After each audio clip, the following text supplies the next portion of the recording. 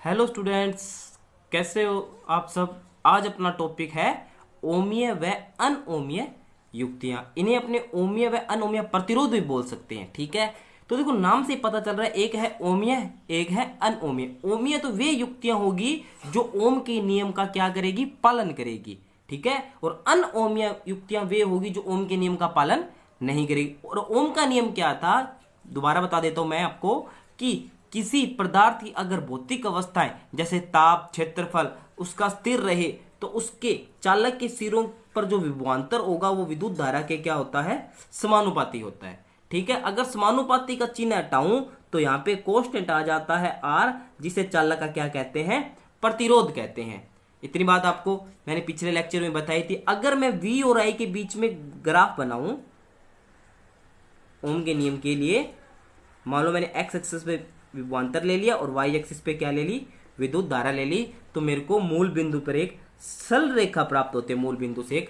तो ये था अपने पास ओम का नियम। तो अब बात करते हैं अपने ओमीय युक्तियां क्या होती है या ओमीय पदार्थ क्या होते हैं। कि वे युक्तियां अथवा वे पदार्थ जो ओम के नियम का पालन करते हैं। मैंने आपको बताया था ओमीय युक्तियां क्या होती है, वे युक्तियां जो ओम के नियम का क्या करती है, पालन करती है, तथा जिनके लिए विभवांतर व विद्युत धारा में खींचा गया वक्र एक सरल रेखा प्राप्त होता है, तो वो युक्तियां क्या कहलाती है, ओमीय युक्तियां या ओमीय पदार्थ कहलाते हैं। तो दोबारा बताता हूं कि ओमीय पदार्थों के लिए अगर अपने विद्युत धारा और विभवांतर के बीच में ग्राफ बनाए तो अपने को एक सरल रेखा प्राप्त होनी चाहिए मूल बिंदु से, तभी वो ओम के नियम का पालन करेगी। क्योंकि ओम के नियम के का ग्राफ कैसा अपने पास, ये रहा, ऐसा ग्राफ बनना चाहिए। ठीक है, तो देखो ओमीय युक्तियों के लिए अगर वी आई वक्र कैसे बनेगा, अगर मैं देखो ये ग्राफ बनाया हुआ है, ये मूल बिंदु है, मैंने एक्सिस पर विभवांतर ले लिया और वाई एक्सिस पर विद्युत धारा ले ली, तो ओमीय युक्तियां तो विद्युत धारा के नियम का पालन करती है। तो इसके लिए अपने को क्या बनेगी, एक सरल रेखा मिलेगी मूल बिंदु से होती हुई। और ये जो सरल रेखा वो किसको बताती है, ढाल को बताती है। ठीक है, और ढाल क्या होती है, टेन थीटा। मैंने आपको पिछले लेक्चर बता रहा था कि जो वक्र की ढाल होती है वो प्रतिरोध के व्युत्क्रम के बराबर होती है। तो ये आपको ओमीय युक्तियां समझ आ चुकी होगी। दोबारा बताता हूं, ओमीय युक्तियां जो ओम के नियम का पालन करती है, जिसमें विद्युत धारा और विभवांतर के बीच में क्या प्राप्त हो, एक सरल रेखा प्राप्त होती है, वो क्या कहलाती है, ओमीय युक्तियां कहलाती है। ठीक है, अब सेकंड पॉइंट आता है अनओमीय युक्तियां। ठीक है, अनओमीय या अनओमीय पदार्थ एक ही बात है। देखो नाम से पता चल रहा है अनओमीय, जो ओम के नियम का पालन नहीं करेगी। तो वे युक्तियां अथवा वे पदार्थ जो ओम के नियम का पालन नहीं करते हैं, अर्थात जिनके लिए विभवांतर और धारा के बीच में अपने को सरल रेखा प्राप्त नहीं होगी। सरल रेखा प्राप्त नहीं होगी तो वो ओम के नियम का पालन नहीं करेगी। तो उसे क्या बोलते हैं, अपने अनओमीय युक्तियां या अनओमीय पदार्थ बोलते हैं। अगर विभवांतर और धारा के बीच में ग्राफ बनाए तो इस प्रकार की अपने को सरल रेखा प्राप्त नहीं होगी। ठीक है, अनओमीय पदार्थों के लिए। ठीक है, अनओमीय पदार्थों के एग्जाम्पल है जैसे डायोड, ट्रांजिस्टर। इन दोनों के बारे में अपने डिटेल से पढ़ेंगे, चैप्टर नंबर 16 है अपना इलेक्ट्रॉनिक्स। ठीक है, और विद्युत अपघट्य पदार्थ, ये इसके 3 मैंने एग्जांपल बताए हैं। ठीक है, अगर मेरे पास कोई टॉर्च का बल्ब है, उसके अगर मैं विभवांतर और धारा के बीच में ग्राफ बनाऊं तो जो अपने को ग्राफ मिलेगा कुछ इस प्रकार मिलेगा। देखो यहाँ पे स्ट्रेट लाइन प्राप्त नहीं हो रही है।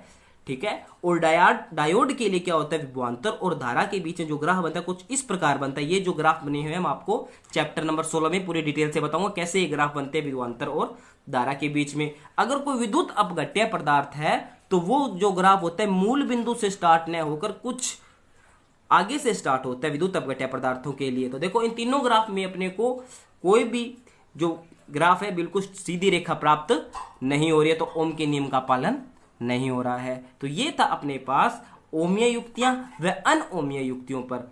ठीक है, अभी मेरे पास क्या है, अपने जो बोर्ड की बुक है उस पर 2 न्यूमेरिकल मैंने डिस्कस किए हैं, अभी आपको डिटेल से समझाऊंगा। उसमें भी आपको मैं न्यूमेरिकल है, और जो ये न्यूमेरिकल है अपने जो आरबीएससी की फिजिक्स की बुक है उसका 7 नंबर एग्जाम्पल है बोर्ड की बुक के अंदर। तो ये डिस्कस करेंगे अभी हम। देखो टंगस्टन तार, एक टंगस्टन तार दिया हुआ है जिसकी लंबाई वह अनुप्रस्थ काट का क्षेत्रफल क्रमशः 1.5 मीटर।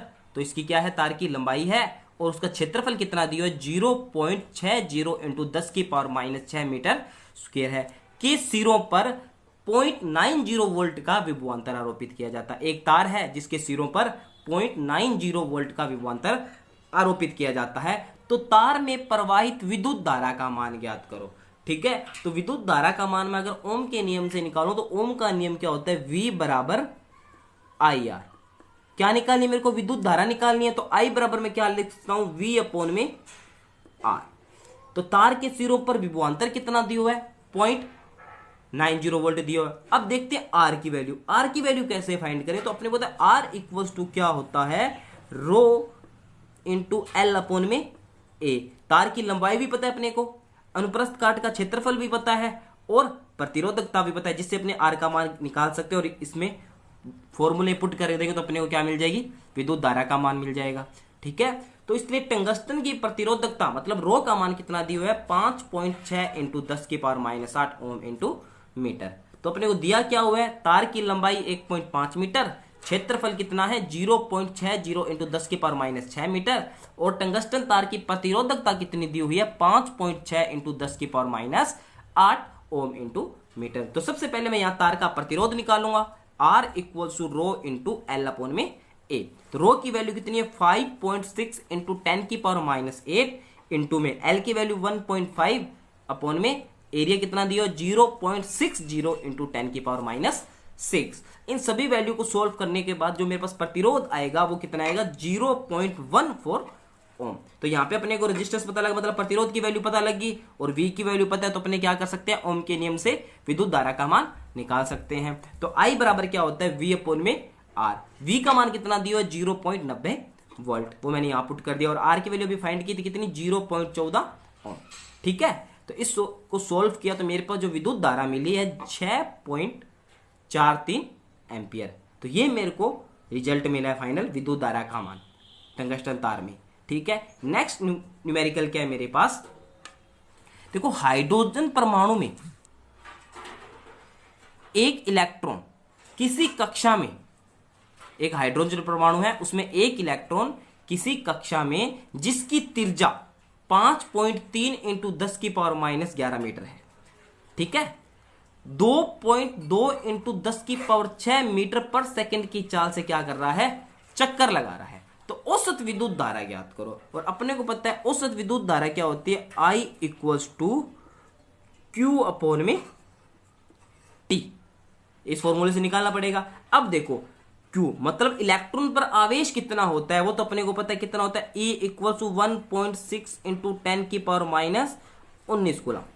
ये तो अपने को इलेक्ट्रॉन पे आवेश पता लगेगा, इलेक्ट्रॉन क्या कर रहा है, हाइड्रोजन परमाणु के वर्ताकार कक्षा में चक्कर लगा रहा है। अब T क्या है यहाँ पे, समय मतलब आवर्तकाल निकालना पड़ेगा, और आवर्तकाल इक्वल्स टू क्या होता है, T equals to 2πr upon में V। आवर्तकाल टाइम पीरियड यहां से निकल जाएगा। आवेश का मान पता है अपने को 1.6 इंटू 10 की पावर -19 कूलम, और T का मान के लिए आवर्तकाल का फॉर्मूला बता दिया कि 2πr अपॉन में V। 2 पाई की वैल्यू कितनी होती है, 3.14, और R की वैल्यू कितनी दी हुई है, देखो त्रिज्या दी हुई है 5.3 इंटू 10 की पावर -11 मीटर, और V किस वेग से चक्कर लगा रहा है, 2.2 इंटू 10 की पावर 6 मीटर पर सेकंड से। यहां से आवर्तकाल पता लगे, आवर्तकाल का मतलब है टाइम, समय से है। ठीक है, तो यहां इसका सॉल्यूशन देखेंगे दोबारा। देखो कक्षा की त्रिज्या कितनी दी हुई है, 5.3 इंटू 10 की पावर -11 मीटर। इलेक्ट्रॉन किस चाल से चक्कर लगा रहा है, 2.2 इंटू 10 की पावर 6 मीटर पर सेकंड वेग से चक्कर लगा रहा है। और इलेक्ट्रॉन पर मिनिमम आवेश कितना होता है, 1.6 इंटू 10 की पावर -19 कूलम, ये मैंने आपको बता दिया था। ठीक है, अब इलेक्ट्रॉन की कक्षीय गति का आवर्तकाल निकालना पड़ेगा, क्योंकि अपने को पता है विद्युत धारा क्या होती है, I बराबर Q अपॉन में T। तो T की वैल्यू निकालने के लिए आवर्तकाल निकालना पड़ेगा। तो आवर्तकाल का फॉर्मूला क्या होता है, 2πr अपॉन में V। ठीक है, तो T 2 वैसे का वैसा, पाई की वैल्यू 3.14 कांस्टेंट है, 3.14 इंटू R की वैल्यू कितनी है, 5.3 इंटू 10 की पावर -11। ठीक है, और V किस वेग से चक्कर लगा रहा है, 2.2 इंटू 10 की पावर 6। इन सारी वैल्यू को सोल्व करेंगे तो जो मेरे पास टाइम मिलेगा वो आएगा 15.13 इंटू 10 की पावर -17 सेकंड। मतलब उसको एक चक्कर पूरा करने में इतना टाइम लगेगा। ठीक है, अब देखो इलेक्ट्रॉन गति कर रहे हैं, गति करेगा तो अपने को क्या मिलेगी, विद्युत धारा मिलेगी, और विद्युत धारा का फॉर्मूला क्या होता है, I बराबर Q अपॉन में T। ठीक है, कक्षीय गति के कारण उत्पन्न विद्युत धारा, तो E अपॉन में क्या आ गया, T।